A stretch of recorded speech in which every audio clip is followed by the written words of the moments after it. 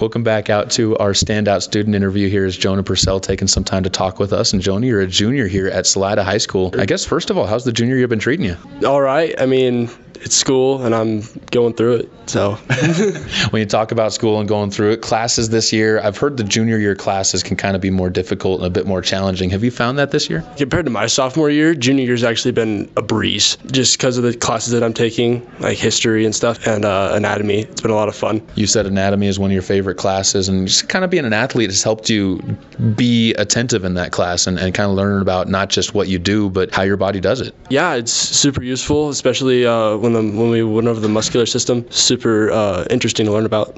You said PT might be something that you want to get into in the future. Physical training might be something, so there's that tie-in. But what's the most interesting thing you've done this year? Anything that really stands out to you this year from that class? We had to build the way that the muscles are constructed, which really helped. I guess helped me visualize how the body contracts when the muscles are working, I guess. That type of hands-on stuff is always a fun little piece to get into in classes, and you get to do a little bit of hands-on with that, but more just real-world experience and kind of taking it from theory into real-life practicality. That's in your math classes. You're taking statistics. What's different from that one in other classes? For me, it's just the statistics is a lot more applicable to just real-life stuff. Even though some of the questions on tests or worksheets might be just weird, they'll definitely be applicable to something else that I could use later in life. Well, it seems like you're a learner who really likes to get a bit hands-on and likes to have that example of what to work for. Is that something that you look for in classes? Absolutely. It's super useful, and I guess it's just one of the best ways that I learn. You said that you also look for the way a teacher carries themselves when you walk into a classroom and kind of the energy that they bring. How important is that to you when you walk into a room? It's going to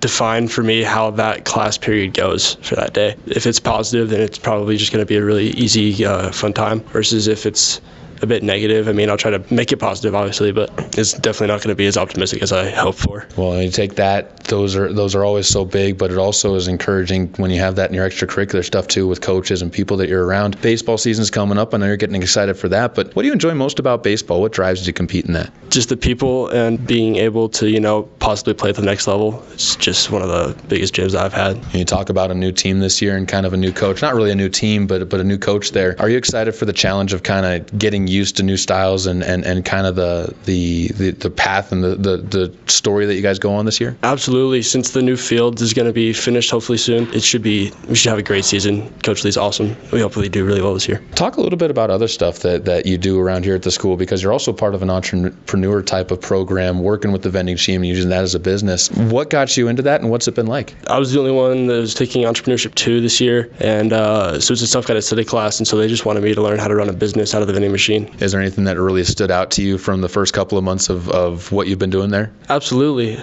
Teenagers are hungry.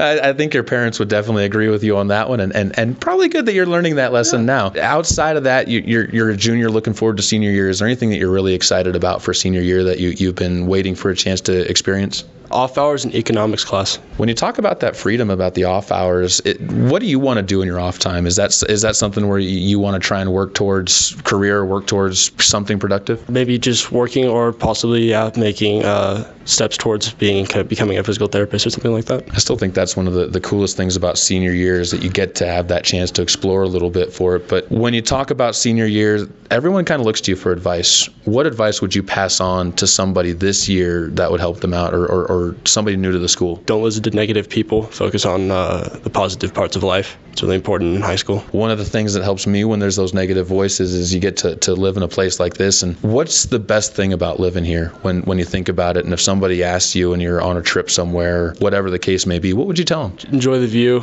The way that you see things is, I guess, your view of the world is really important on how you live your life. So look at it in a positive way, and life will go good for you, I guess. Well, Jonah, we appreciate you talking with us. Good luck as baseball season gets rolling up here, and thank you so much for talking with us as a standout student. Thank you.